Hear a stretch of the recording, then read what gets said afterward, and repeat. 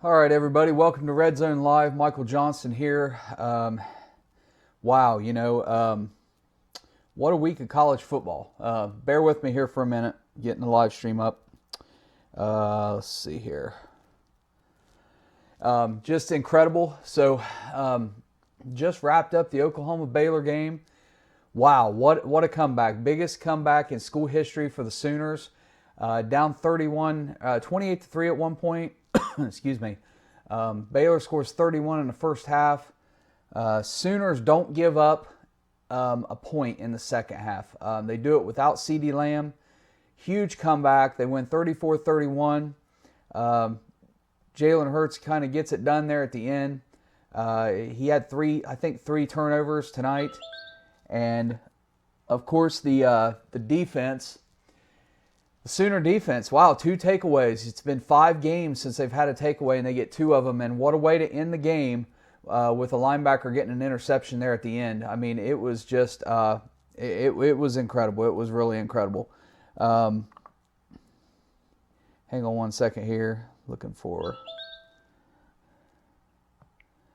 got Shaun texting me during all this. So, but what a win for Oklahoma. And this was really just a crazy weekend of college football that just a whole bunch happened. We're going to go through everything. We're going to talk about everything. Of course, we've got the chat window up on this live. So I need to hear from you. I want to hear what you have to say with this. Jacob Knox, Boomer Sooner. Yeah, definitely. That was a heck of a win. I mean, that was a great win for them. Again, no CeeDee Lamb, which makes it even more impressive. And then the defense getting the interception at the end to win the game. Great job. I guess they have TCU coming up next. So Baylor is no longer undefeated. They are not the only undefeated that fell today. Minnesota lost their game to Iowa. Iowa went into this, or at least at the beginning of the week, was a 3-point favorite. And that was a heck of a game. I mean, it was a hard-fought game, but at the end of the day, Iowa came out with the win. Very tough to go in there to that stadium and win a game. So, so the boat's taking on water, as one analyst put it. That's not my saying, it's theirs. But it was a heck of a game. Hang on, I got to mute this. How did Ole Miss score 30 points on LSU? I don't know, but that was another one. So LSU gets the win in pretty much a shootout. LSU's defense really couldn't stop them at all. I believe it turned out to be let me look up for 1 second because I just jumped on here right after the game. And so it was a 21-point win. Earlier in the week when we picked this game, it was at 21 points. So for us, it's a push. You know what? The announcer said it on there in the game, and I agree with them. I think LSU has the best offense in the country.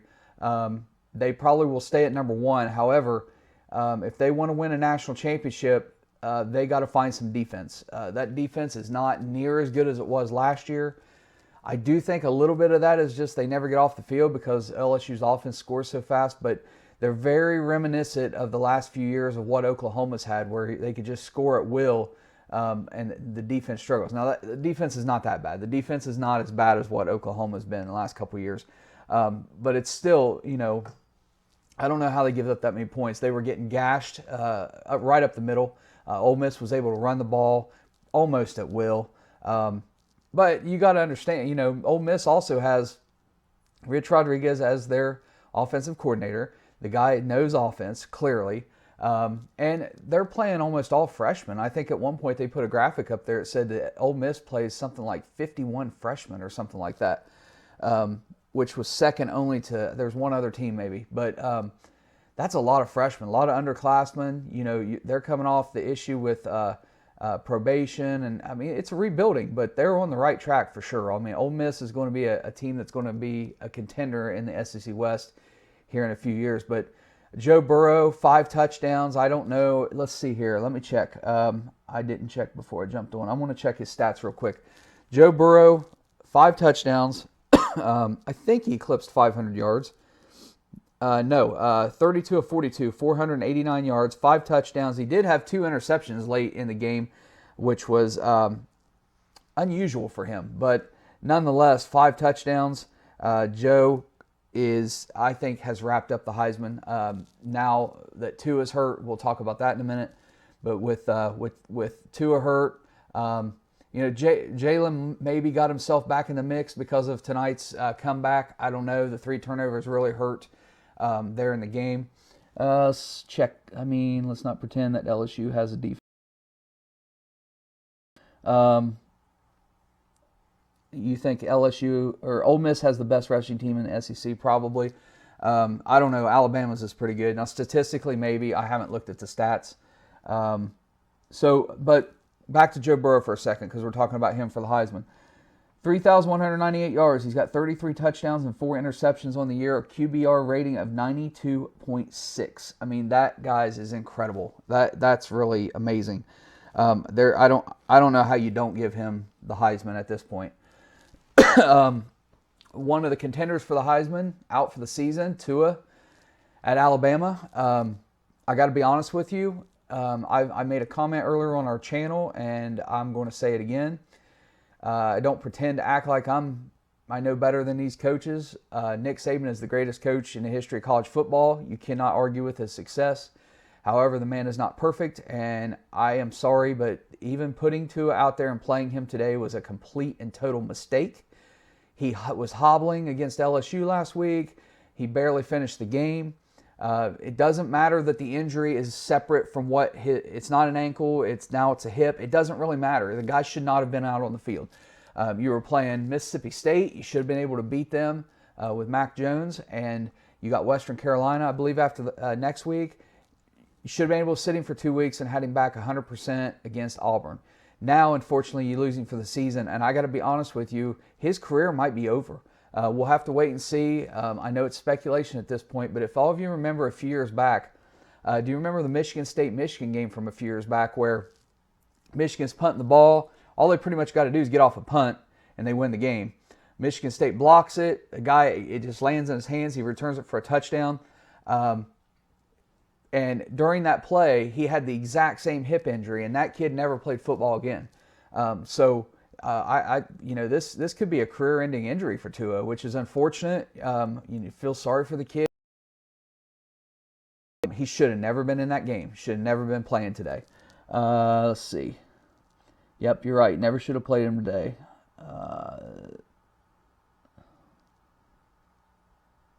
3 points with Mac. Jones a concern. Look, Jones is going to struggle when he doesn't get the first team snaps during the week in practice. And from what I understand, unless I'm wrong and you can correct me, Tua got most of the snaps. So of course he wasn't ready. Before they played Arkansas, he got all the snaps all week in practice. They knew they were going to play him. They should have been the same game plan this week. There should have been no question about it. And Alabama would have been fine. I've said this before. You don't get recruited to Alabama as a quarterback unless you can play. Mac Jones, I think, is going to be fine. If he's not, they may have somebody else in waiting that's going to step in. I really believe, though, that losing Tua out for the season, that affects what the playoff committee thinks. It affects how they vote. I do not see Alabama in the playoffs no matter what. Even if they finish with one loss, their playoff hopes are over. They're done. The committee, if they still had Tua, the committee, they know how good Tua is. They might put him in or put Alabama in with one loss. It's not going to happen now. It's not going to happen. So Alabama, in my opinion, done as far as playoffs are concerned. They won't drop probably in the rankings this week, but ultimately they will at the end of the day. As far as the rankings go, of course, Clemson looked great today. They looked fantastic against Wake Forest. Blew them out pretty easily. Clemson, right now, I think the top 3 stay the same, but Ohio State has a game next week with Penn State. They win that game, they might jump LSU only because LSU's defense is looking suspect, and Ohio State looks like the more complete team. And I'm not saying that because I'm an Ohio State fan. That's just my objective opinion here. They took care of business against Rutgers. They did not cover. They gave up 21 points in that game, which I think was a surprise to a lot of people. But they also played a lot of players. I mean, played a lot of young players. I think they played 3 quarterbacks. Chuganoff, their backup, had 2 touchdown passes. I think Fields had 4, if I remember right. So they didn't cover the 52-point spread, but they have to look at it as it's almost like a scrimmage. This is a perfect opportunity to get as many players in and get as many reps as possible. In case you have an injury down the line within these next 3 to 4 weeks going into the playoffs and you need to play a young guy, he's going to have some snaps and some game experience. So probably something we should have kept in mind when we were picking this, because Shaun and I both picked Ohio State, and then they didn't cover. But I mean, you can't really blame them, really. I mean, so what else do we have going on? Let's take a look at some of the other scores. I'm going to look at some questions real quick. Top 10 playoff. What do I think? Mac Jones against the Auburn defense. That Auburn defense. Let's talk about that. Georgia Auburn. So I had said going into the week, I didn't even know if Auburn was going to score a point, and they didn't for 3 quarters. And then Bo Nix managed to get a pass. He managed to run one in. But at the end of the day, this game, just like against LSU or whatever, it's too big for him. He's just not ready for that kind of a stage. It's too much for him. Maybe next year he'll be ready. I think what Auburn needs to do, Auburn's offense this year, to some extent, reminds me of LSU's offense last year.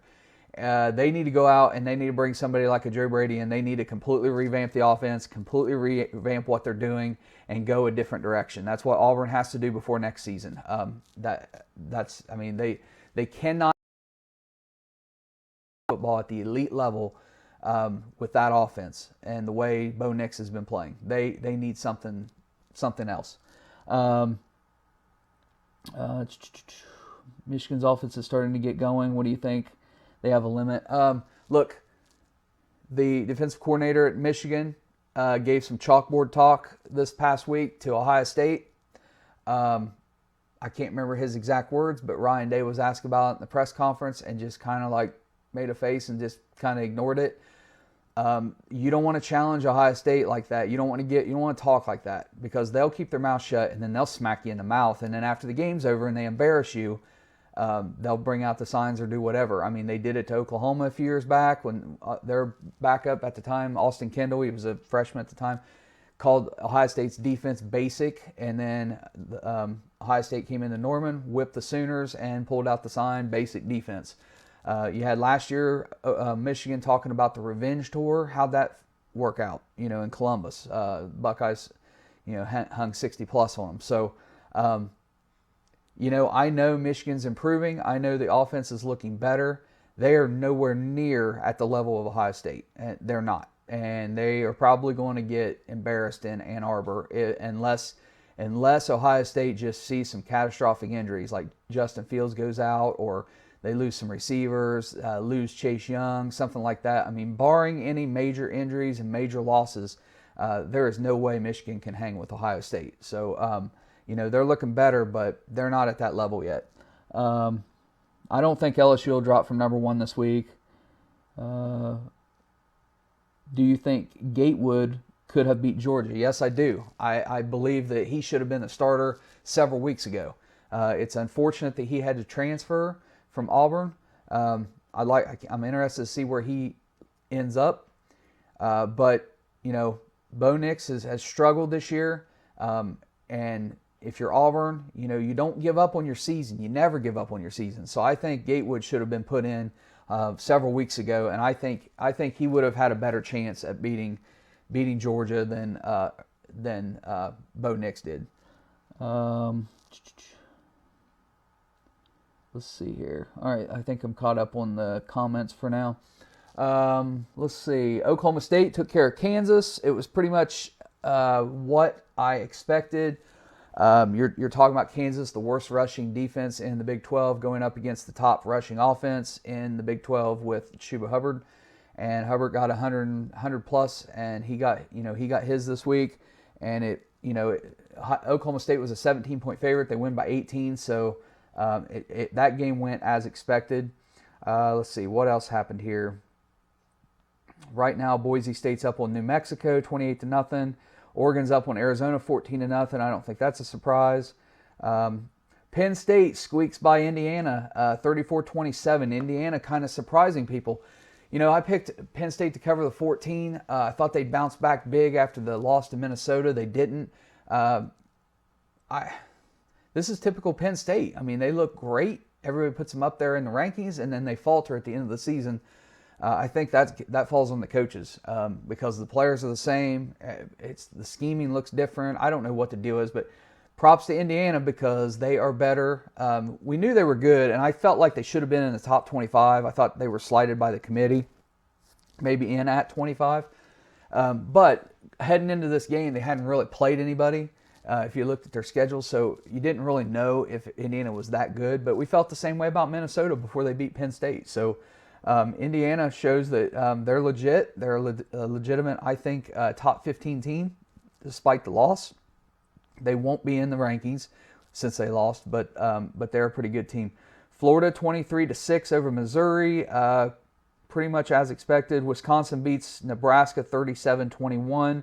Let's take a look at the stats here. I looked during the game, but I didn't keep track with the final stats because I want to see what Adrian Martinez did. Cone for Wisconsin, 13-21, 162, one touchdown, nothing fantastic. Adrian Martinez, 13 of 23, 220, one touchdown, one interception. So not the greatest of games for him. The guy who coming into the season was expected to be a Heisman contender comes up short. Michigan, 44-10. Michigan State has no offense. I mean, so this was expected. There's not a whole lot to say about this. Lewerke is not the answer at Michigan State. But they're not going to make a coaching change. I don't think D'Antonio is on the hot seat because despite struggling the last couple of years, things could be a lot worse in East Lansing. I think you stick with him, let him go out and recruit, get some guys for next year. He needs to go find a quarterback, and then things may turn around in East Lansing. They've got talent. I mean, they've got the talent. It's just one of those years. They don't have a Connor Cook anymore. Let's see. Who else is on here? Florida State over Alabama State. That was no surprise. TCU beats Texas Tech 33-31. Northwestern gets a win over UMass. Temple beats Tulane. Okay. Here's a big one. Talk about a whiff. I picked Navy. I thought Navy would upset Notre Dame. Notre Dame comes out and hangs 52 on the midshipmen. 52-20 is the final score with that one. So Notre Dame putting some points on the board and taking it to them. So I didn't see that coming. Shaun did. He picked Notre Dame, so he didn't. I don't think he expected that explosive of an offensive day, but he picked them, so he got that one right. Let's see here. Do I think Auburn can beat Bama? Auburn has a shot, but I think they need to change quarterbacks. I don't know who their backup is now that Gatewood transferred, but Bo Nix can probably. I bet Auburn can score 21 on Alabama, but that's it. I don't think they can score any more than that. Alabama's defense has had some injuries, losses for the year. They're not the Alabama defense we were used to the last decade or so. So they're giving up some points. I think Auburn can score some points, but it all depends on how far along Mac Jones comes within the next couple of weeks. He's got a warm-up game basically next week. It's almost like a bye week for him.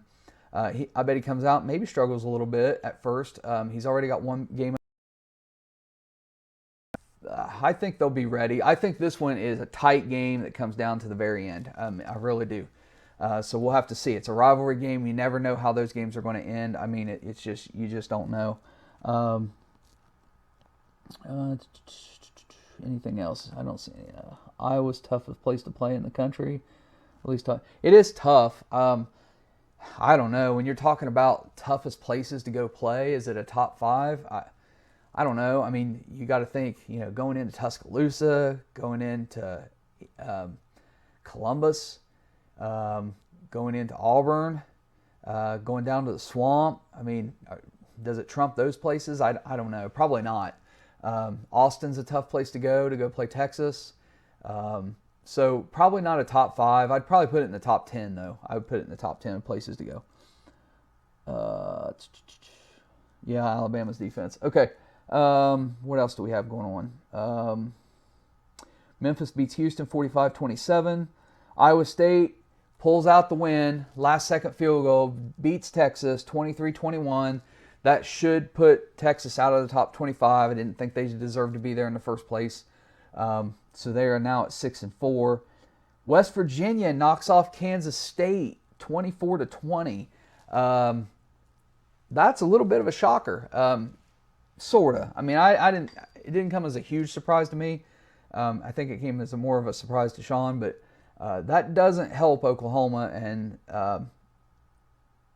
the Big 12 in general, because now Kansas State's out of the top 25. So that's two teams that'll fall out. Virginia Tech takes care of Georgia Tech 45-0. Kentucky beats Vanderbilt 38-14. We talked about Iowa knocking off Minnesota. Syracuse goes in and beats Duke. I picked Duke. I think me and Shaun both picked Duke. Syracuse goes on the road and whips Duke 49-6. 49-6. I'm just now seeing that score. That is incredible. I did not see that coming. What else do we have going on here? Washington State beats Stanford. Washington State, of all teams, that has just been, talk about a bipolar team. I mean, man, you can't figure out what they're going to do from week to week. But they beat Stanford 49-22.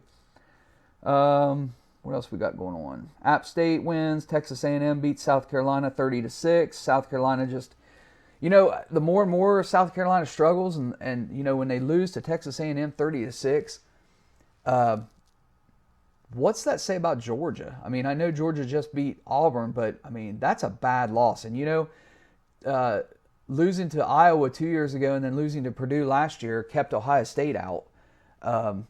I don't know. I don't think Georgia at this point deserves to get in with one loss. I mean, of course, if they lose the SEC championship game, they're not getting in anyway. So, but I don't know. That loss is pretty bad right now. If Baylor wins out, nope. Baylor's not in if they win out. They were sitting at 13. They're going to drop to probably 17, 18, 19. With 2 weeks left, there's no way they can jump up that far. Oklahoma with one loss is an if to get in, and there's no way a Baylor with one loss gets in. I don't think Minnesota with one loss gets in, although if they beat Wisconsin, then could beat Ohio State. I mean, it'd be a good argument, but that's going to be tough. But I think Baylor's done. Will Wake Forest still make a New Year's Six bowl? Probably not. Very unlikely. Baylor got Baylored. Yeah. It was ugly. I mean, to be up 28-3 at one point, and then to let OU come back like that. I mean, basically, OU did to Baylor what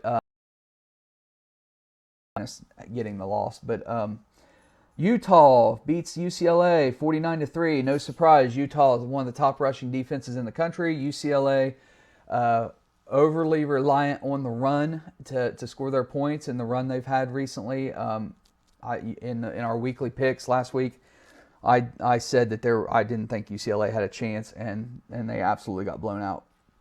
One of the games still going on right now that's of interest to people, USC and Cal tied 7-7. I heard Chase Garbers is back. Somebody messaged me and said that earlier today. Let me check real quick. I want to look at the box score.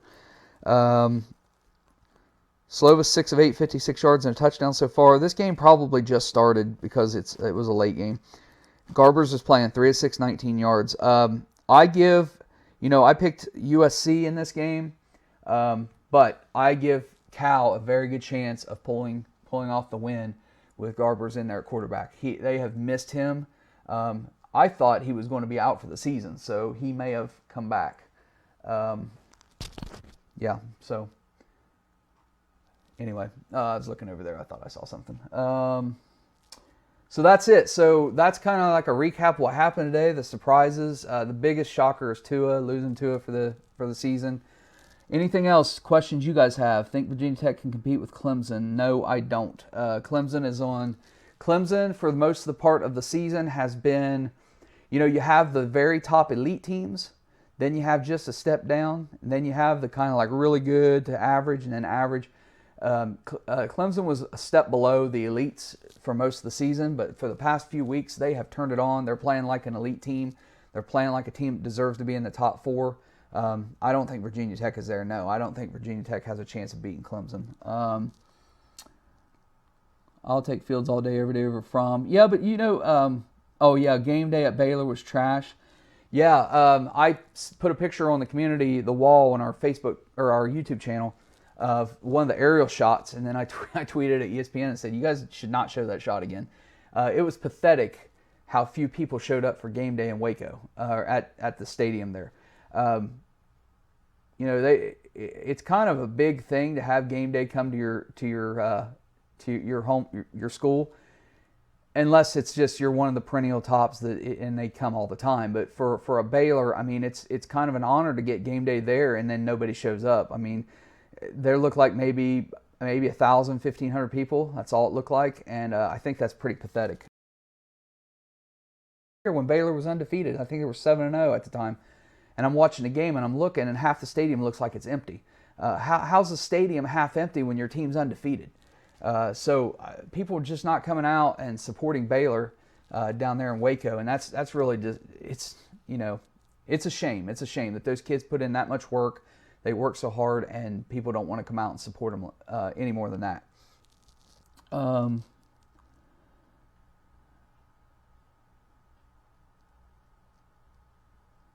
Yeah, you know what? OU's defense. We're talking here about defense. They got it done when they needed to today. I mean, I can't help but give Bama if they went out without Tua. It says a lot about the team if they do. Yeah, it says a lot about the team, but Bama staying up there when they hadn't really beat anybody was because of Tua. I mean, he was expected to be the first quarterback taken in the draft. There's all this hype surrounding him. The media loves him. Everybody wants him to win a national championship. People were hoping to see Tua and Alabama play Oklahoma, and that Jalen Hurts comes back, and of course none of that's going to happen now. But it was a lot of them staying up there in the rankings had to do with Tua. I don't think it stays the same with Mac Jones. No offense to Mac Jones. I mean, by the way, prayers for Tua. Yes, he should have stayed in Hawaii when he was weak and fragile. Maybe they shunned ESPN for the disrespect they've gotten.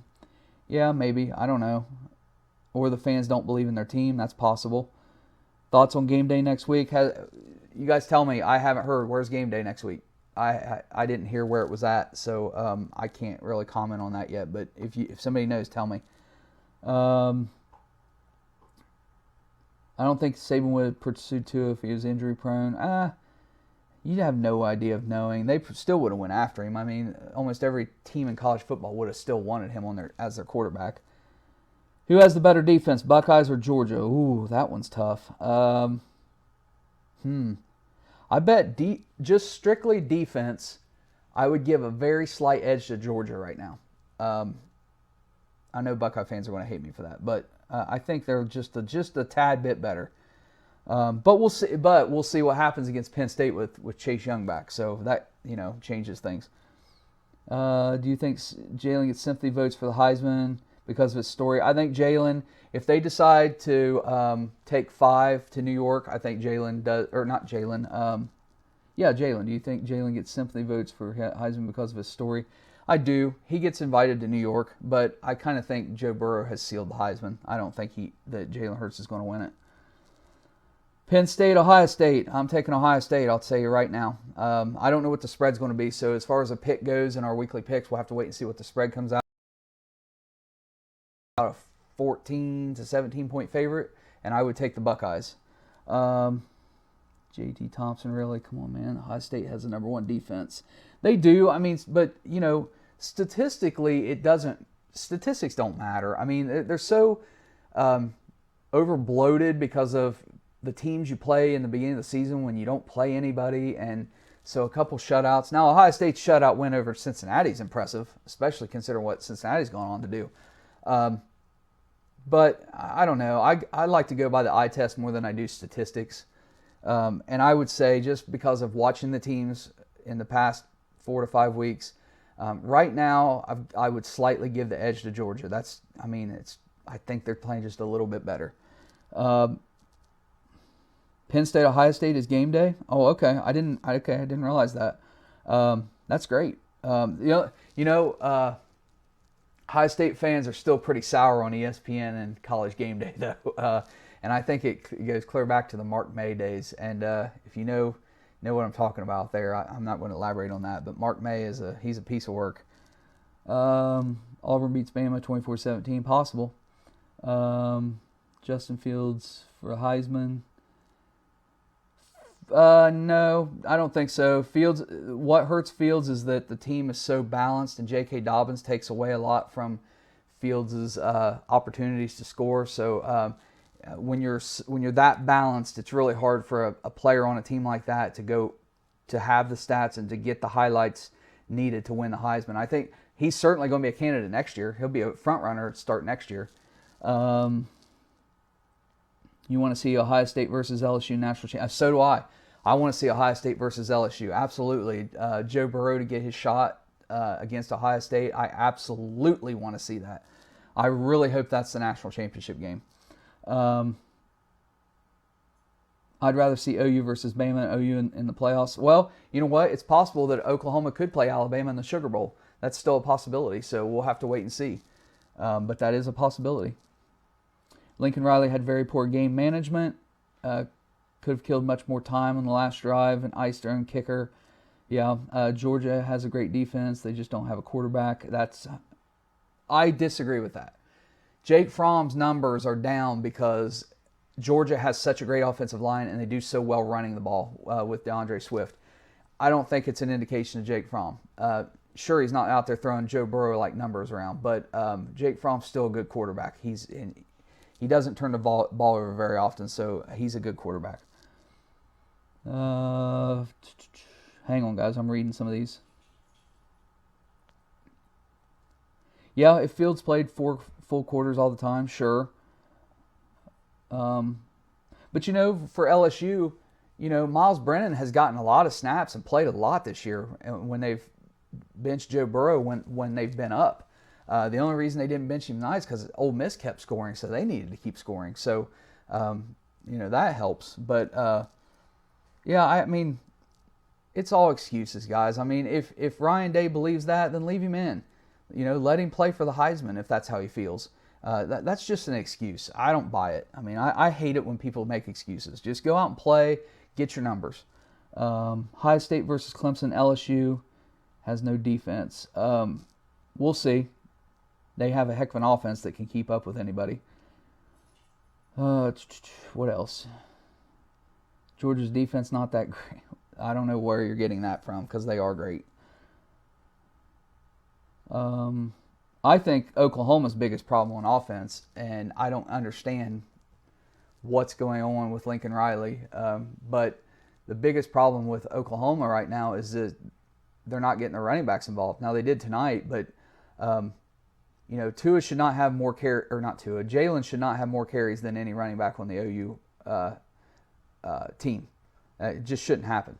Somebody like Kennedy Brooks should be getting 20 carries a game.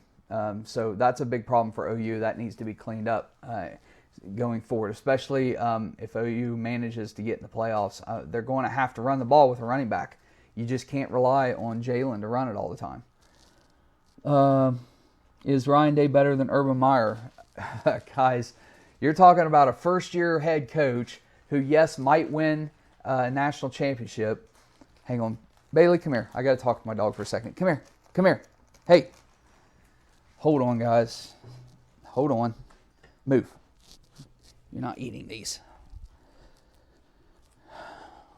My dog likes to find trash and eat it, don't you? Yes, you do. It's all right. So Ryan Day, it's his first year as a head coach. Hasn't lost a game yet as a head coach. That's pretty impressive. And what he's got Ohio State doing is pretty impressive. But guys, it's his first year, and Urban Meyer's got 3 national championships. I mean, how can you say Ryan Day is better than Urban Meyer? I don't buy that right now. He has the opportunity. He's certainly set up, at Ohio State. He is set up to become one of the best coaches in college football. But right now, I don't know how you could say that he's better. Let's see. Can't wait till Burrow exposes Georgia's Pop Warner defense. Whatever, guys. Come on. You got to give them credit. Even if you hate Georgia, you got to give their defense credit. Yes, if Oregon So the question is, do you think Oregon should get in if they win out? Absolutely. Absolutely. Oh, get out of here with this Urban liar stuff. He's not, he had nothing to do with what happened at Ohio State. He got a raw deal and he shouldn't even have been suspended. I'll just say that. I mean, Urban Meyer didn't know. He knew that Zach Thomas and his wife were having like issues. Maybe they had verbal arguments. He never knew that there was physical violence.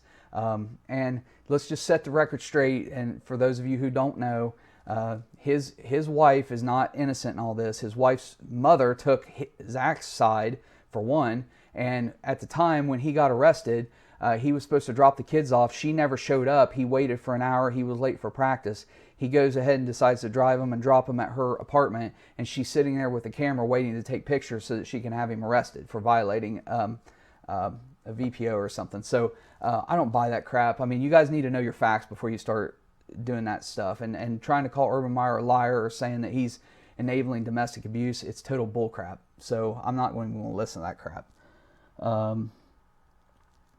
Utah get in if they win out? I kind of think so, yeah. I mean, I do.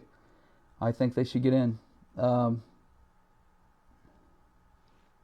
OU versus Bama, Ohio State versus LSU. That would have been the perfect playoffs. Would have been perfect. I would have loved to have seen that. And then, with a shot of, I mean, I don't care. Ohio State playing either Oklahoma or Alabama, I wouldn't really care. But that would be a dream playoff scenario. And I think a lot of people, even on the college football playoff committee, would have loved to have seen that.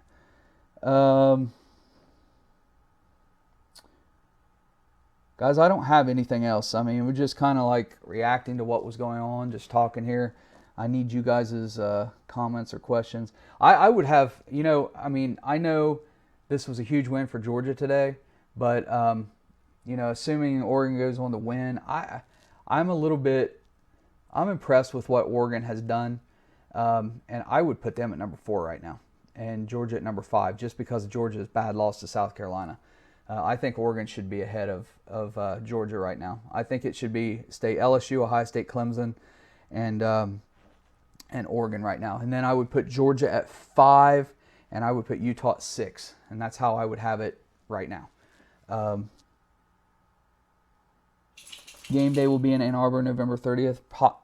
Yeah, probably. I mean, I guess I don't see why they wouldn't. It just depends. Now, remember that game against Ohio State and Michigan is on Fox, not on ABC. So that could play a part. I know that they were at LSU, Alabama, which was on CBS, so it didn't matter. But it's not a lock. It's not a definite. I mean, I get it. Who is Oregon and Utah beaten? I get it. I mean, but Oregon's only loss was basically a end zone. Oregon pretty much dominated that game until the very end. I mean, and that's their only loss. I mean, who is some of the other teams beaten? I don't know. It's all subjective, really. But you can't ignore that loss to South Carolina, especially when South Carolina lost again today. They've only got 4 wins on. Ignore that. Need an 18 playoff? No, we do not. I do not want an 18 playoff. Let me explain why. I'm going to go ahead and get into this. Okay. A lot of people calling for an 18 playoff. I don't want an 18 playoff. If it's going to expand, to me, you expand to 6. You give number 1 and number 2 a bye, and 3 plays 6, 4 plays 5, and then the high seed plays, or the highest seed plays number 2, and so on. The reason I don't want 8 is because if you look right now where we're sitting with 8 teams, I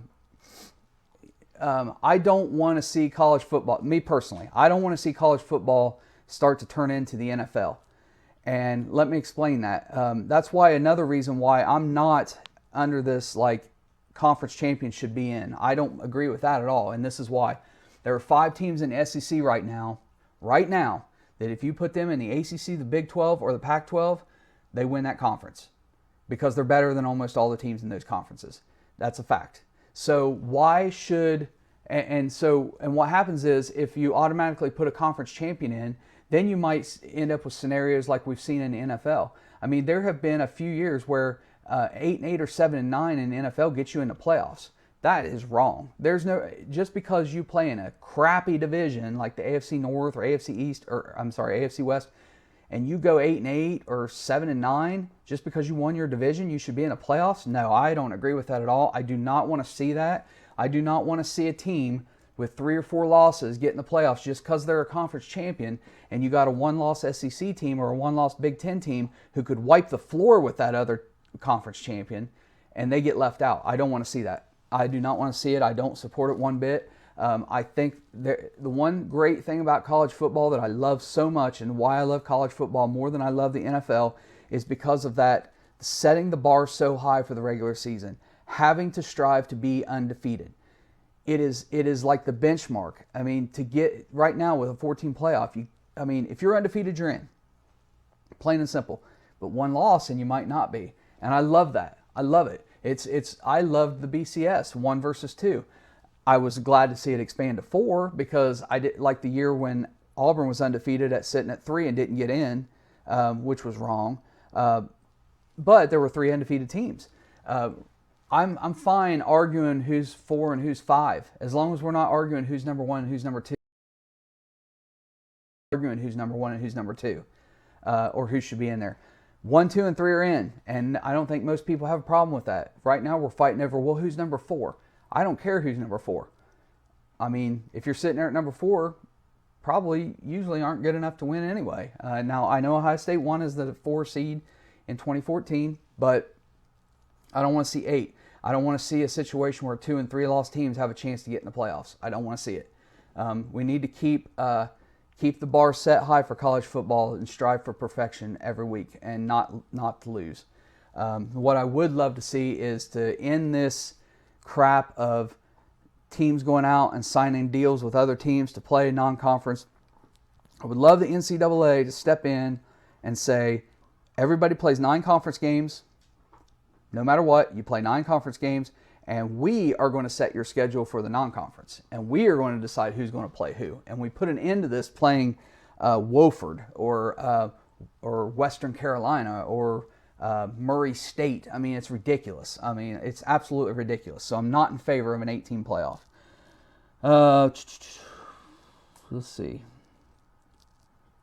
FCS plays with 16. Yeah, I know. Okay, so if you want to go to an 8 or a 16 team playoff, you got to cut back the regular season, and no school's going to do that. They're not going to eliminate games. I mean, NFL plays 16, which is way too many, and they're already thinking about upping it to 18, which is wrong. These players, I mean, look right now in week 12 at the injuries. Look at who's getting hurt. I mean, these kids are kind of at their limit.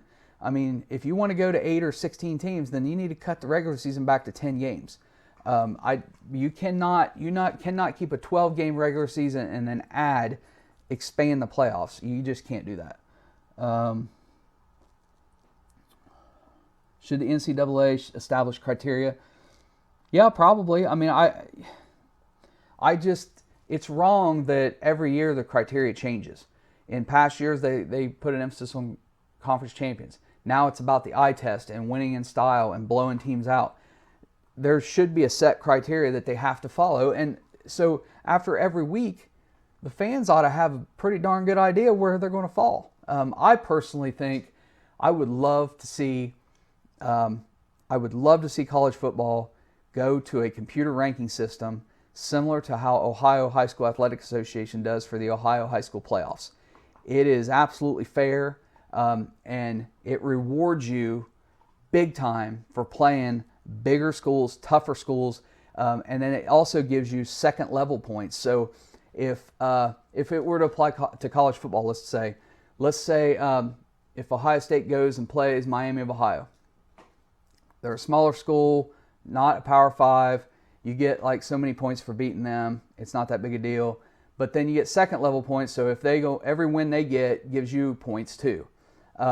So with Ohio State beating Cincinnati, they would be raking in the second level points because Cincinnati keeps winning. But if Ohio State goes and plays LSU or Auburn or Georgia, well, you win that game, you get huge points. So beating big competition vaults you higher in the rankings. And it's all done through that so that you don't have to worry about the subjective media polls or a playoff committee deciding. It's not exactly the BCS. It's a better system than the BCS, but it is an absolutely perfect system that college football should go to rank the top 5, in my opinion. There would be less if SEC had to play 9 conference games. So what? A lot of the other conferences do it. Start the regular season of the playoff with FBS teams. I'll tell you what would be great. I'll tell you what would be really awesome, though. The system right now is set up with this committee for a couple of things. One, to keep the high-profile teams in that make money, but it's also to keep the group of 5 schools out. Because in the previous years, if you had kept the BCS ranking system and took the top 4, there's a good possibility a group of 5 school would get in the playoffs. And when they decided to expand to 4 teams, there was no way in hell college presidents were going to let a group of 5 school have any shot at winning a national championship. It was never going to happen. And prior to the playoff committee and the playoffs, Boise State was that team that was there winning darn near undefeated every year, who could have gotten in and could have just and they can beat anybody anytime usually. So the committee's goal is to keep out a group of 5 school. Now, if we were to go to a 8 team that you guys want, that I am against, but if we were to go to that, then I want one of those spots to be guaranteed to the top ranked group of 5 school. I would want that. They need to have a shot. At least one group of 5 school, the best group of 5 school, needs to be in that playoff. And then you can put the other 7 teams however you want to do it. But this year, right now, it would either be Cincinnati and Memphis are going to play each other. That would be a de facto playoff game. The winner would be in the playoffs if it were 8 teams. That's the only way I would support an 8-team playoff, is if you're going to give a group of 5 school a shot. Who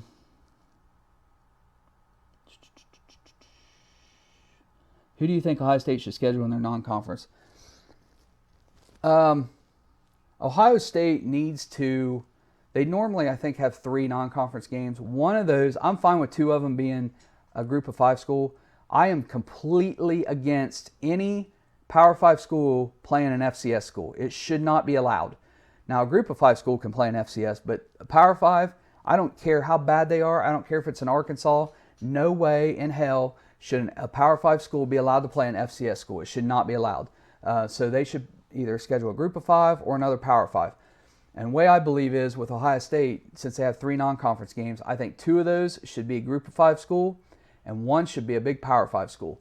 I think Georgia and Ohio State's going to play in 10 years or so, 12 years. I mean, who knows how many of us will even be around for that one, but it's great that they are. I think Ohio State has Texas coming up on the schedule. They try to do that every year, have 1 good Power 5 conference game and then a couple of easy wins, and I'm okay with that.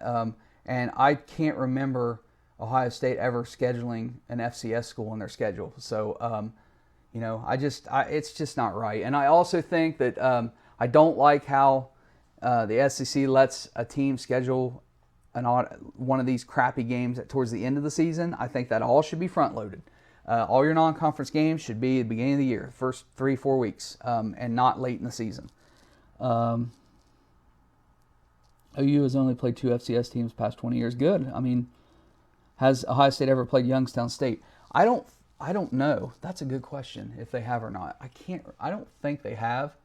I know, back in the late 90s, early 2000s, and I don't know if they're still doing it or not, but Ohio State decided that they were going to play 1 MAC school that's in Ohio every year, and it would rotate. And that's how I went to Ohio University, and I think it was in 99. They played the Bobcats, and that was a year with Cooper. They were really bad, and at halftime it was 10-10, and it was terrible. But so they rotate and they play, and I'm okay with that. You're playing in-state schools to keep the money in state. That's great, that's why I think for Oklahoma, playing Tulsa, I think they should play Tulsa every year. I think Oklahoma State should play Tulsa every year. Keep the money in state. Why pay these other schools all this money? Keep it in the state. We did during the Tressel era. Okay, maybe we did. Okay, I don't remember that. I guess we did. The only reason I'm okay with that is just because it's in state, and Tressel was a coach at Youngstown State before he came to Ohio State, so there's some storylines there. I mean, I guess I'm okay with that, as long as it's not an every year thing. North Dakota State could beat half the Power 5. You know what? North Dakota State probably should be in the FBS. Marshall, I talked about this the other night when I was live. Marshall used to be Division I AA, which is now FCS. That's when they had Randy Moss, and they were kicking everybody's tail. They were so good. Then they jumped up and joined the MAC, and then they left the MAC and went to Conference USA. And it's a great program down there at Marshall. So, it's probably time for North Dakota State to make the jump. I mean, I think there's some Group of 5 schools that absolutely should be making the jump to a Power 5 conference. Memphis and Cincinnati and Boise State, those are 3 that come to mind right away. I mean, they absolutely, and UCF, there's 4 teams right there that should be in a Power 5 conference right now. And it's unfortunate that they're not. Should Auburn and Alabama play UAB? I'm okay with that. I mean, you keep the money in state, right?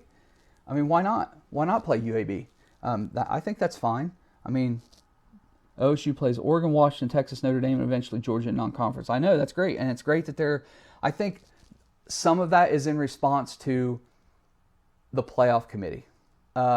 Because, Ohio State has been left out a couple years, and I think some of that had to do with the 31-0 loss to Clemson, and people were just fatigued on Ohio State since they got blown out. But part of that, too, is everybody saying, well, they got a weak schedule. And that's back when the conferences can go in cycles. I mean, there for a while, the Big Ten, everyone's like, Big Ten's terrible. They're terrible. I mean, who's Ohio State playing? Now Big Ten's probably second to SEC. So it fluctuates. And so you don't want to get caught in one of those years where your conference is down and you don't have anybody on the schedule. OU this year. I mean, I know they had UCLA scheduled, but I mean, the Big 12's down. It's average. It's average at best, and across the board. And everybody's beating everybody, but that doesn't mean they're any good. It just means they're just a bunch of average teams beating each other. And so Oklahoma, if they had that big non-conference win, like when they beat Ohio State, then they could still get in with one loss, and they might even be sitting there at number 4 right now. So it's good that you get these big. You got to have one big power game on your schedule. You have to. And Alabama, they scheduled Duke, and Duke had some years where they were up, but that was not a good game to schedule because the chances are Duke is not going to be very good. Now, had you put Florida State on the schedule, and then Florida State turns out to be what they are this year, then that is really bad luck. But you go into it believing, okay, this is a team that's going to be really good. You can't say that about UCLA. You can't say that about Duke. I mean, you just can't. Let's see. Kick Rutgers out of the Big Ten and add Boise State. Ideally, well, first of all, Rutgers and Maryland should have never been added to the Big Ten. They were added, let's be honest, they were added to the Big Ten so that the Big Ten network could get on the East Coast in the New York market and the DC market. You're talking about the number 1 media market in New York and the number, I think it's 8 media market in the Washington, D.C., Baltimore area. Huge. That's why they were added. It's the only reason they were added. From a competitive football, basketball standpoint, there was no reason to add them. Horrible decision. The best team that would have been effective was Cincinnati. But Ohio State is never going to let Cincinnati in the Big Ten no matter what because it takes away from their recruiting. And Ohio is still a big hotbed for recruiting. I know the Buckeyes still go out and recruit nationally, but there is so much talent in the state of Ohio that you add Cincinnati to the Big Ten and they are immediately funneling away from Ohio State, and there's no way that Ohio State would let that happen. There would be a huge drag-out, knockout fight before that happened. But Cincinnati would have been the best. West Virginia would have been a good add from a sports perspective. Now, the other thing with the Big Ten, it's all about the Big Ten stresses academics. They want to have the top academic institutions. There has been talk, at Oklahoma before President Bourne stepped down In 2022, I believe, the contract with the Big 12 is up. And Oklahoma was moving in the direction of, they've been jump starting and putting a lot of effort into their academics to raise their academic profile of the university because they want the Big Ten. And I think they'd be an excellent addition to the Big Ten West.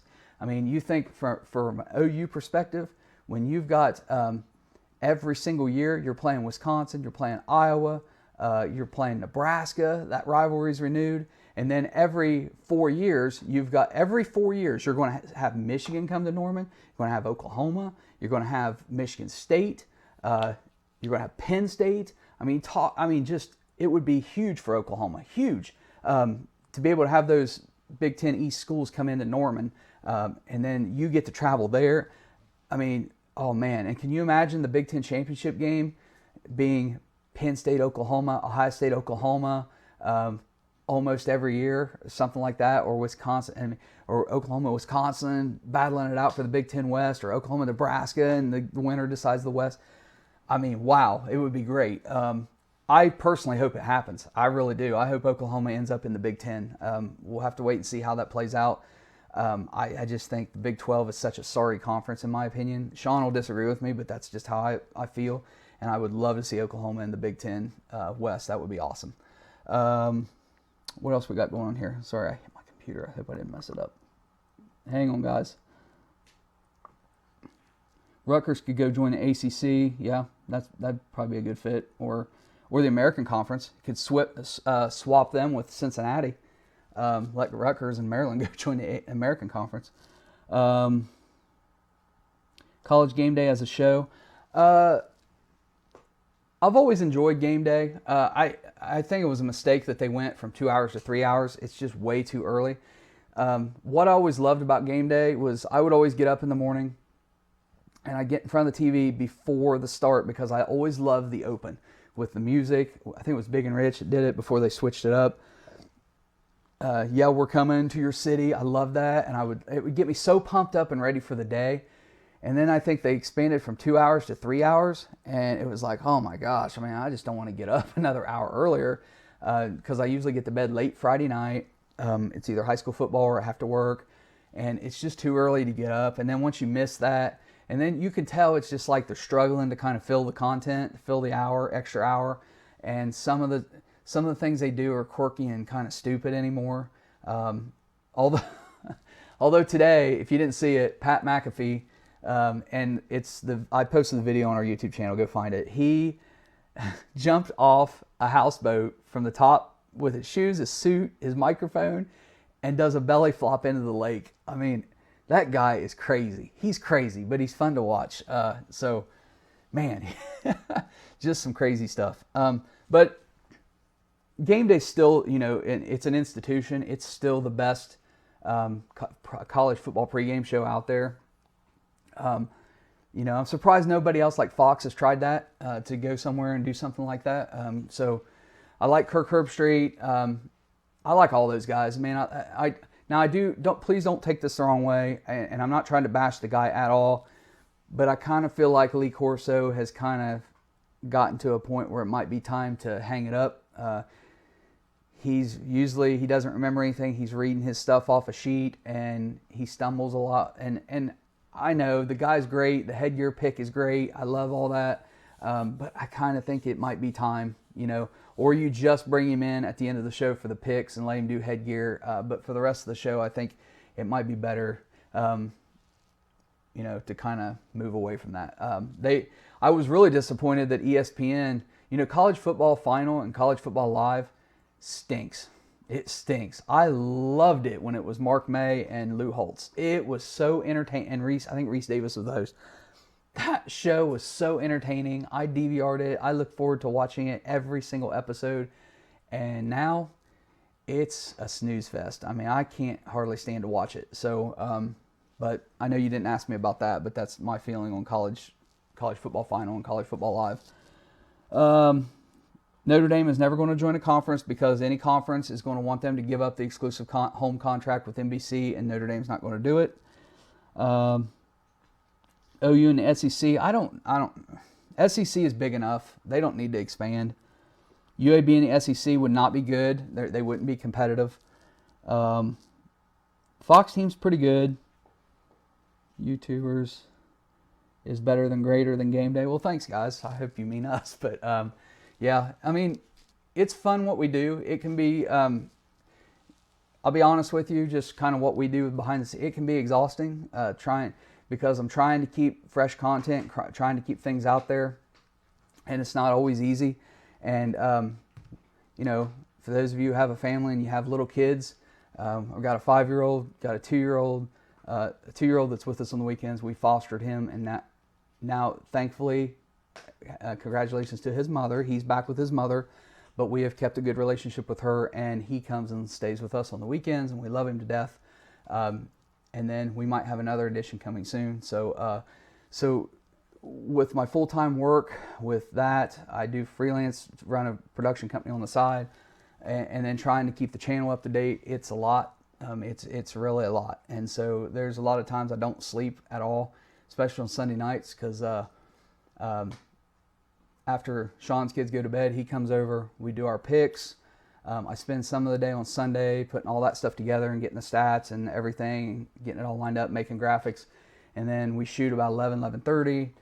He goes home and I stay up, and I don't go to bed till 5 or 6 a.m. And then the kid has me back up by 8, and it's a rough day on Mondays. So, and then we do the same thing Tuesday night now with the playoff picks coming out. So we do a video reacting to that. And so anyway, it's a lot of work, but man, I mean, next to my family, I don't know if there's anything I love more than college football. So it's a passion for me, and I love it. I always have. The two things, so I work at a television station, if you haven't figured that out.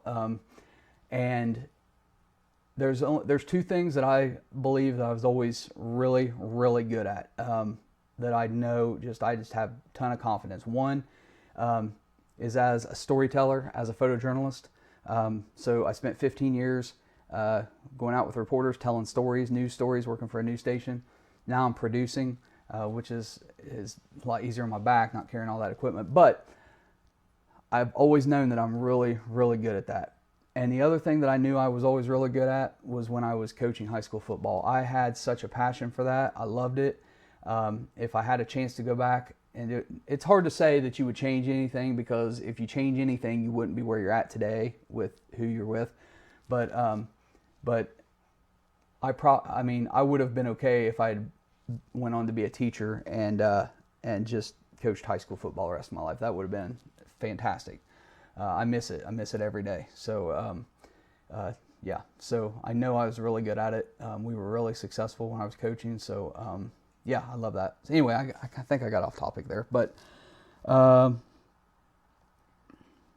you think that TV production companies should bring in YouTube college football podcasters in their segments? Yeah, I mean, I wouldn't mind it. I love to talk college football. I would love to go on game day and be one of their guest pickers. I would love that. Great to see us, Uncle Lou. I would love to do a segment with Uncle Lou. That guy, man, I don't know. He may throw some chairs at me if we get into a debate over Georgia. I've commented a couple times on some of his posts and some of his YouTube live videos. That guy is, he's funny. But hey, another one, if you have, I've mentioned this a few times before. If you guys have not seen it, you need to go check out the YouTube channel called SEC Shorts. It's a group that make one video. I think they shoot them on Sundays based on what happens Saturday during the games, and then they post it first thing Monday morning. It's a parody. It makes fun of SEC teams. Last week's video was, and so they'll have a guy like in an LSU jersey, and he represents LSU the team, and then somebody in an Alabama jersey is the Alabama the team, and so they're not just a fan. And last week's video was LSU burying Alabama in a grave, and the writing is ingenious. The production quality is really good, and I laugh at those so hard. And the best one that I believe they've done all year long was after the Florida-Kentucky game. It is by far the funniest one that I've seen, and I don't want to spoil it for you. Go check it out. It is funny. I mean, it is so funny, unless you're a Kentucky fan. But you know what? Even if you're a fan of one of these teams they're making fun of, you got to laugh. I mean, you got to laugh. So, and I had commented that the video they did last week, so the week before it was a memorial service because Florida's playoff chances were done. And then at the very end, they're like, okay, if we can just move out of here real quick because Arkansas has this spot reserved as a memorial service for their football program. And so when they did the video last week of burying Alabama, I said what would have been funny is if dug the grave right next to an Arkansas headstone. It would have been great. So anyway, I'm getting off topic, but go check them out. They're really funny. We have no association with them. I've never spoken with them. It's just a YouTube channel that I know you guys as college football fans would love. So go check it out. Where did I coach at? Southeastern High School in Chillicothe, Ohio. And the Panthers, by the way, they have a coach right now named Evan Gallagher. This guy, he's a tremendous coach. So they lost their second round of the playoffs last night, actually, 36-20. Finished the season 11-1. They went 10-0 in the regular season. And in the Scioto Valley Conference, if you go undefeated through the conference, you win the gold football. It's a big, huge trophy. That's their second gold football in 3 seasons. I am so proud of those kids. I mean, they are tough. They have a great coaching staff. It's tremendous what they've been able to accomplish. And so hats off to Southeastern Panthers on their wonderful, wonderful season. And they have a quarterback that I'm telling you, college coaches, you need to be looking at him. His name's Lane Ruby. Plays quarterback, but in college he would be an excellent slot receiver because he reminds me of like a Wes Welker, and he runs 4.38 40. He's something else. He is lightning quick, lightning in a bottle. So I think someone said he's got 1 or 2 D1 offers. It's a small school. Ohio has 7 divisions. Division 1 being the biggest, Division 7 being the smallest. Southeastern, when I played, we were Division 5. Now they're Division 6. So it is a smaller rural school, so they don't get looked at very often. Another school in that conference, the Untitled Shermans, that is where Ben Hartsock played. Ben Hartsock was the tight end for Ohio State when they won a national championship in 2002. Went on to he played some for the Colts and a few other teams. Made the rounds in the NFL. Was a very good tight end, a good blocking tight end. But it's very hard in that area in those small schools to get noticed. And that kid's a talent. Somebody's going to pick him up, and he's going to be lightning in a bottle for you. Let's see, Big Ten shorts. Yeah, that would be funny. As far as Big Ten shorts, so the SEC shorts, if you go back, I think to last year, they did a video about the Big Ten, and it's hilarious, and you got to watch it. I mean, you got to watch it. I mean, yes, they're making fun of the Big Ten, but it is funny. Let's see. Hope Saban's proud of his quarterback. Too bad Saban ran Jalen out. Well, I mean, guys, okay, so you're talking about Jalen, Alabama, but one other thing. I know some of you guys in Georgia wish Fields would have stayed. You guys got to understand something, though.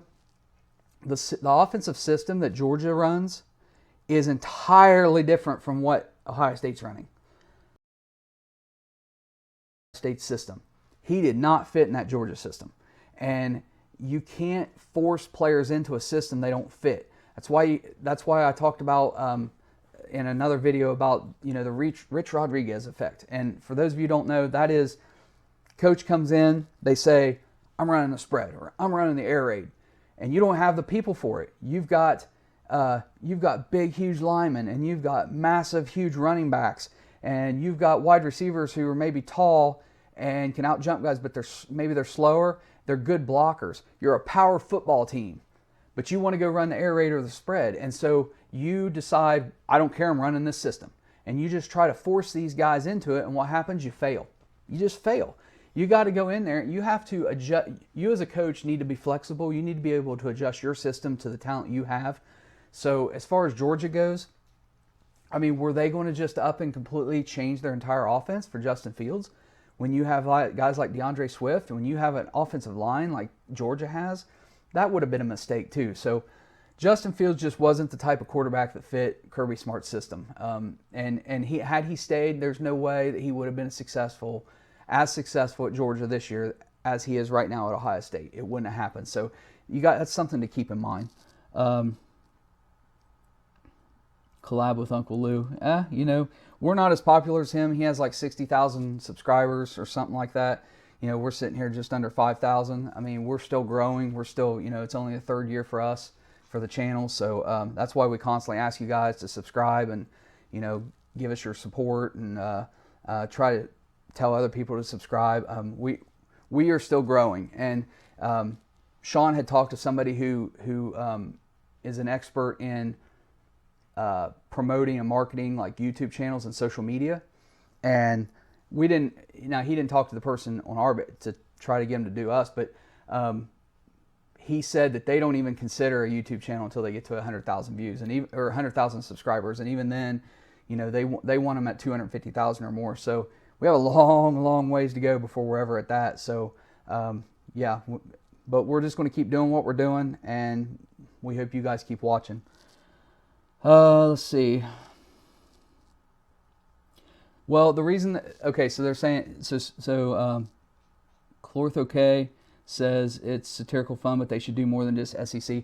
Well, they have an awesome one that they did, a parody of Texas and Matthew McConaughey after LSU beat Texas. So you should check that one out. But these guys are SEC fans, and it's just they love the SEC. They're out. I think the main guy, that's the main actor in these videos, is a huge Alabama fan. But even so, he makes fun of Alabama all the time. So just keep that in mind. But they're fans of the SEC, so and it would be really tough trying to do what they do for all the conferences. Ducks are rolling. Yep. Does anyone watch Pac-12 after dark? I try to. When I finish here with this live, I'll probably flip on the USC game and try to finish it. But I already don't sleep much during the week, and when I stay up all night watching that, and then we have to get up bright and early to go to church on Sunday, that makes it really tough, guys. Really tough. I hit like and subscribe tonight. Thanks, JT Thompson. We appreciate that. Love your support. Love all you guys. JJ, you guys should talk to Mark Rogers. You should be guests on his shows for Oklahoma and OSU. Mark Rogers has been in the market for a long time. I haven't really got to speak with him much. Like I said, we're still a small channel. We're still growing. Maybe one day, it'd be awesome. I mean, I would love to have an opportunity to go on the radio and talk for a little bit on the Sports Animal or something here in Oklahoma City. It'd be fun. I love to talk college football. So, somebody will be interested in us, but it's none of that right now. It's just fun right now. Talk to RJ Young. I think Shaun has spoke to him before. Let's face it, the world revolves around the Big Ten and the SEC. Maybe. I can see where people think that. Thoughts on Baylor OU rematch? It's going to be a heck of a game. I think it's going to be really hard for it's really hard to beat a team twice when that team's good. You saw the OU Texas last year. They split it. Texas won the regular season, then OU won the rematch. I think it's just as even as the game tonight. I think both teams learned a lot about the other team, and I think it's going to be a knockdown, drag-out fight. I'm not ready to pick a winner right now. A lot of that would come down to, let's see where injuries are at. Let's see how they play the next few weeks. I want to see how OU plays against TCU. Tonight was a big emotional game. Let's see how they bounce back next week. So I don't want to pick that one yet. I live in Oklahoma City, by the way. I'm originally from Ohio, though, but I live here in Oklahoma City. Arizona's terrible. Yeah, they are. OU will beat Baylor 45-21. They could. Jalen's got to quit turning the ball over. I mean, he has to. I know he's got tremendous stats, and I know he's scoring, but you can't turn the ball over. Got to stop that. Let's see. I'm an Alabama fan, blessed Tua and his family and his future. I think if we beat Auburn by 2 scores without Tua, we should be in the playoffs. So, big fan. Want to hear your response. Thank you, Jordan White, by the way, for the comment. Yes, Jacob Knox says OU will have CD Lamb back by then. They should. Back to Jordan White. If they beat Auburn with Mac Jones, it all depends on what everybody else does. So the biggest factor here is going to be what happens between Georgia and LSU. If Georgia wins the game and it's very, very close, I think Georgia and LSU are both in. And that's going to make a lot of people mad, but I think they would both be in. If LSU beats Georgia, Georgia's done because they don't get in with 2 losses. Then you have LSU in, you have Ohio State, Clemson, assuming they run the table. But just for the sake of argument, let's say those 3 are in. And now you have Alabama beating Auburn. Well, just below them, so let's say LSU beats Georgia, Georgia's done. LSU's in, Ohio State's in, Clemson's in, Georgia's done. I think Baylor's done. You have OU. I think OU, if they win against Baylor again, you'll have OU sitting there with 1 loss. But even a rematch with Baylor is not going to be as big of a win as Utah beating Oregon or Oregon beating Utah. So I don't foresee, under this scenario, OU having a chance. So I think they're done.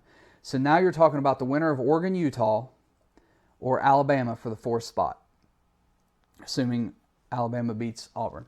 So you're saying they should be in. Well, that big win in a conference championship game, assuming that Oregon and Utah both are still with 1 loss, is going to be a bigger win than beating Auburn, because now Auburn has, 3 losses? So it's not, that would be a hard sell to put Alabama in over an Oregon or a Utah under that scenario. Utah has one of the best defenses right now. I know Georgia does too, but we're talking about, under this scenario, 1 loss Utah and 2 loss Georgia. So, but Utah has a tremendous defense. Oregon's defense is pretty good, but their offense is fantastic. Utah's offense is coming around as well. I just think that under that scenario, if LSU beats Georgia, then the Utah-Oregon winner is in. The only other thing that could maybe shake that up would be, we talked about LSU, Ohio State, Clemson in. Well, I think that's the scenario, because if Ohio State were to lose in the Big Ten championship game, I don't think if you lose in the conference championship game, you get in. I just don't, even if it's Ohio State. If they lost to Minnesota or Wisconsin in the Big Ten championship game, I don't put them in over a conference champion, Utah or Oregon, or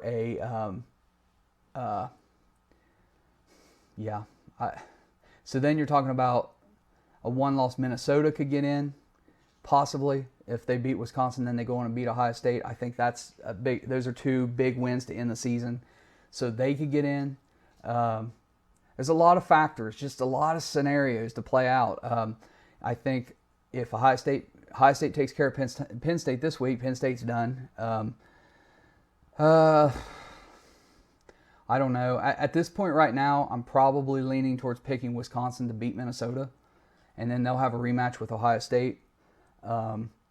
I don't think, even if Wisconsin wins the rematch, I don't think they get in as a 1-loss team. So we'll have to see. It's not automatic. I would just say that Alabama beating Auburn, it's not automatic that Alabama would get in. It's not automatic. Clortho K, I live in OKC. Yeah, somebody else messaged me about having lunch sometime. Yeah, I'm all for it, guys. Anybody that's in Oklahoma City, I'm fine with that. Wanted Minnesota to win. I did too, because I picked them. I picked them to win. I wanted them to be undefeated going into the Big Ten championship game, but that's not going to happen now. Did I play for the Bobcats? No, I did not. I played 1 year of baseball. I did not. I didn't even try to get recruited. I was going to walk on at Ohio. I was going to try to. One thing about me, guys, is I sustained a lot of concussions in high school, and I still have headaches and things that I haven't been diagnosed, but I attribute it to the concussions I had in high school. So it wasn't a good idea for me to be taking any more hits. So I knew that. I mean, I knew I was having problems right after football season, my senior year of high school. So I got knocked out a couple of times. So and one of them was I busted through the hole, nailed the tailback, and it's impressive, but I was the one that was out cold, and so woke up on the sideline on a stretcher, and so anyway, not a good deal to have a bunch of concussions. But I was a better baseball player than I was a football player. I'll be honest with you. I was a pitcher. I was pretty good, but my first year I walked on, and well, I didn't walk on at the main campus. I played at the regional campus, which is completely different. And I was going to go play for the Bobcats, or try to walk on with the full squad my sophomore year. But to be honest with you, I worked full time, which negated me being able to really play. And then also being a full-time student, paying your own way and everything, it was like I couldn't do it. I mean, as much as I love playing the game, I just didn't have the drive to do what it took to continue playing baseball. Let's see. In high school, my freshman, sophomore, and junior year, I was a quarterback. Between my junior and senior year, I hit the weight room hard. And again, I went to a smaller school. I jumped up from 180 to almost 200, and it was all muscle at the time. And it turns out I was the strongest guy on the team and had bulked up enough. We had a sophomore who was now I'm about 5'9", almost 5'10". We had a sophomore at the time who was a quarterback who was 6'2", almost 6'3", and he was the future. And he was probably better than me. He had more athletic ability than me. I had worked my butt off. I knew that offense inside and out. We ran a very, very much a pro-style offense, a lot of reads, a lot of motions, and I had it down pat. I knew everywhere to go. It was, I was ready to go my senior year, but with him being there playing as a sophomore, and then the fact that I had put on the weight and the strength, coach brought me in and asked me if I would move to center. So now as a quarterback, my freshman, sophomore, and junior year, I also played nose guard, and I was damn good at it. So I did move. I moved to center, and after one game, I broke my thumb. Couldn't snap the ball. I got moved to guard. So I didn't like it, didn't want to do it, but when coach brings you in and says, we think the team would be better off if you move here, are you willing to do it? I mean, what are you going to do? Say no? I mean, so I did what I was asked to do. So, and if you look at me today, you'd never believe that I was ever a quarterback. So anyway, football was rough, and my knee screw up. JUCO. Yeah, I mean, I can't show you, but when I was a sophomore, during practice, I got hit by 3 different guys in my right knee at the same time, and it popped. And luckily, I didn't tear any ligaments, but it popped out in the front around the kneecap area. And so my knee, instead of curving normally, it's got this massive bump. And what it is, it's basically like a calcium deposit, but it's a huge piece of bone that grew there. So I've got this massive knot on my knee from where I injured my knee there. And to this day, if I hit it just right, I lose all control of my right side and I'll fall down, and it's not a fun thing to have, that's for sure. See, Texas isn't a true neutral site, right? Yeah, Ducks blew it against the Tigers. I know. Yeah, you're right. I mean, no site's truly neutral. As much as we love it, don't let the boys to grow up to play football unless it's on. Okay, so my 5-year-old so far has had no interest in football. The 2-year-old is probably going to be a football player. He's a hoss. He's strong too. But as much as I love the game, and as much as I'd be proud as a father to see my son out there playing, it's his choice. And if he decides he doesn't want to play, I'm not going to push it. He's really good at 5 years old. He's really good at soccer. And he's really starting to take to basketball. So if that's what he wants to do, that's what I'm going to let him do. He's also good at baseball. He's on T-ball, and he can hit right and left. He can throw right and left. So I'm working with him to keep doing that. So that's probably his future. But if he switches it up and decides he wants to play, I'm going to let him play. I mean, we all know the risk of playing football. It's pretty obvious. Even back in the day, in the mid-'90s when I was in high school, I mean, you knew. You get your bell rung. You knew what that was. You knew. I mean, it's a game. It's a tough game. It's a rough game. But you know what you're doing when you go into it. So I'm not going to hold him back from that if that's what he wants to do. But I'm also not going to push it if he decides to do something else. I think that's about it, guys. I'm not sure how long I've been on here, but it's been a while, and it's getting late, and I'm going to have to get up early. Look at my response up to your answer up there, please, and get it. Which, I'm not Jordan White. Which one are you talking about? Yeah, but they beat Oregon with a first started quarterback. Yeah. I know. We'll just have to see how the committee does it and how they play it out. One of these days, guys, I'll share with you an interesting story of mine from high school. That's see, if people are scared to let their kid play football because it hurt, then don't let your kid drive. Yeah, I mean, that's true. I mean, it's funny how, like, anytime you hear of a plane crash, it's like the whole NTSB converges on it, and this massive investigation, and, you know, for 200 people, when airline crashes are so rare, really. But thousands and thousands of people die on the roads every day, and nobody bats an eye at it. So, you know, it is what it is, I guess. Dangerous thing to ever do is drive. Yeah, more than likely. I mean, the reality is, guys, you can die doing anything. I mean, you can die in the bathroom. You can die laying in bed. I mean, when your time's up, your time is up. That's what I think. So no reason to sweat it. Just go out there and enjoy life and live the best life you can. And in my opinion, I'm going to say one thing that has nothing to do with football, but it is exactly what I believe. And it's the last thing I'm going to say, and then I'm going to get off here because I'm ready to go to bed.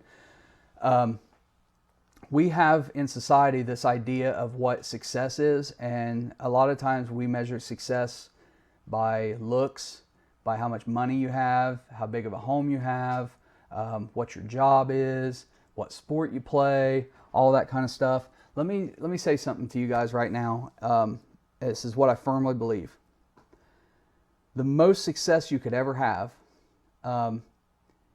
all you have to do to be successful is be a good father or a good mother to your kid. Be there for your kids. Help them and strive for them to have a better life than you've had, and you are 100% successful. And it doesn't matter how much money you have or don't have. It doesn't matter if you're rich or poor. It doesn't matter what kind of car you drive or what kind of house you live in. It does not matter. Put your kids in a position to be successful. Do that, and you are 100% successful. And don't let anybody else tell you differently. Always believe in yourself. Believe in how good you are. Believe that you can do it, and never, ever let anybody tell you differently. And that's it. I'm going to wrap it up from here because I'm tired. I'm ready to go to bed. Hey, JT Thompson, thank you for the $10 donation. Love it. Glad to have you. Glad to have all you guys for watching. By the way, last thing, please, if you haven't subscribed to the channel, if you haven't subscribed, hit that like button for the video.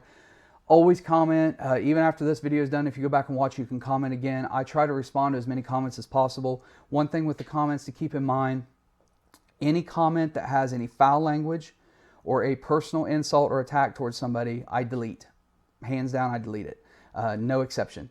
And for people that put something inappropriate and I delete it, and they post it again and I delete it and they post it again, I ban you from the channel. I've banned probably 8 people total since we've been up. So just keep that in mind. I mean, we can have debates. You can disagree. Be passionate about your team. Debate with other people. If you're an Alabama fan and you debate with an Auburn fan, great. Don't make it personal and start throwing out insults and calling people names, and don't use any foul language, and everything will be good. I want to keep this site clean in case any younger kids or anybody venture on it. I want to make sure that it's a clean site. I don't want it to represent what it is kind of when you go to a college football game when people have been drinking and you take your kid and you got somebody up there throwing the F word, you know, and it's just, it shouldn't happen. I mean, you know, be more respectful of people. That's all I have to say. So, love it. Love you guys. Thanks for watching, and I will see you the next time. And be sure Monday morning, or maybe Monday afternoon or whatever, our video will be up for our picks for next week. Remember, we pick based on the spread. We pick at the open. Usually I use the Vegas Insider Consensus as the spread that we use. But look for that. And then Tuesday night, we will do a reaction to the college football playoff rankings after I get home from work. Probably be around 11 o'clock Central Time.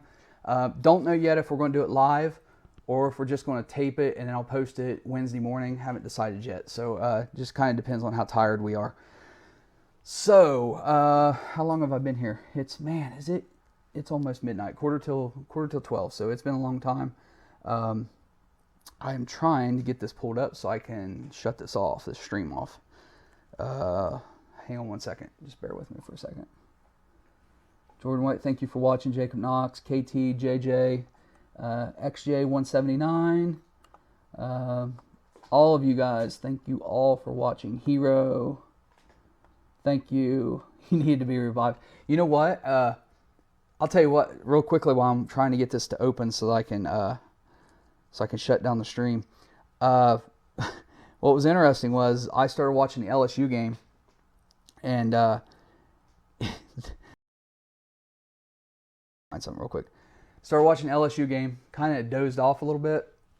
Wife woke me up, asked me to go pick up a pizza. I left here and it was 21-0, and I swear all I did was ran down and picked up a pizza, and I get back and it's like 34-23 or 33-24 or something like that, and I was like, what in the world? And then I flip over OU and it's like 28-3. Baylor's up, and I'm like, what the heck is going on? I mean, it was kind of surprising, really. Good guys, subscribe. Yeah, guys, I'm sorry. I'm just trying to pull this up so I can stop the stream. I'm running it through a Tear Deck, and it has an app on my phone, and I can't get it to set, so I may have to get up and stop the stream. Okay, guys, thank you for watching again. Have a great night, and we will see you the next time we're live, and thank you again